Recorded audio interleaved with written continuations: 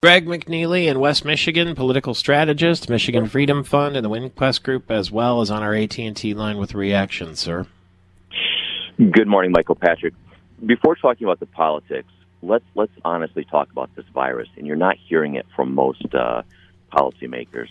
Mm-hmm. We can't outrun this virus, and flattening a curve elongates it. The way the virus gets beat is with a vaccine, and we believe, we don't know, but we believe herd immunity, meaning a majority of people having the virus, will help end it. So the choice we have is to live in a lockdown fear state of mode, or to learn to live and work safely with the virus. We're also told by mental health experts that the longer we stay in isolation and the higher unemployment rises, the more people die. And so this is not a choice, a false choice between those who are callous towards life because they want to return to some sort of normalcy and those that don't. This is about the reality and the settled science. And we have to learn to live with this thing.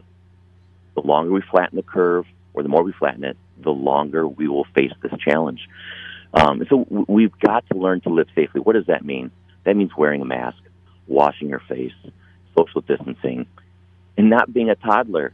Don't pick your nose. And these politicians have to trust that we're adults and we can do that. So what about the politics? There was a rally.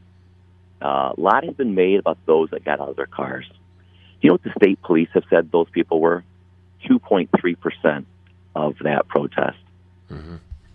So we're going to dismiss the well-meaning Michiganians who want to stand on their feet and learn to live and embrace life and safely work rather than shelter in fear. That's not what Michiganians do. Michiganians do not shelter in fear. We stand on our feet and we learn how to brave something. And we can do it safely. We know the science behind that. And so we need policymakers to really understand that we're adults. And this is a complex challenge. Staying in lockdown kills people. Being reckless and going back to the old normal will hurt people. And so what's that middle way? The original lockdown helped sort of jar people and snap everybody's attention that this is a real issue. But it's gone well beyond its necessary need, and it's causing further danger to public health and recklessly endangering our economy. This week, we're at 20% unemployment. 1 in 5 people are unemployed in Michigan. By this time next week, we will be at or exceed the level of unemployment Michigan had in the Great Depression 100 years ago.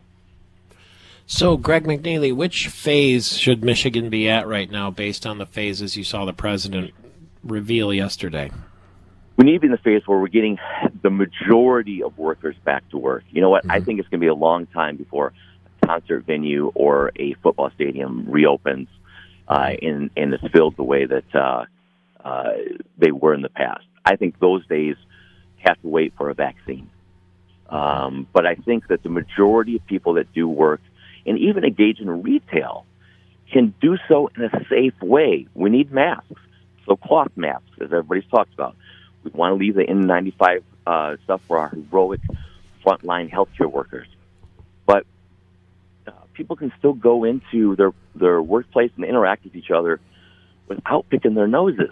So, this is where we're all adults, and to continue to work and live, we have to do it so responsibly, and we know how to do that. So most workplaces can open safely, and they've been able to do that for weeks.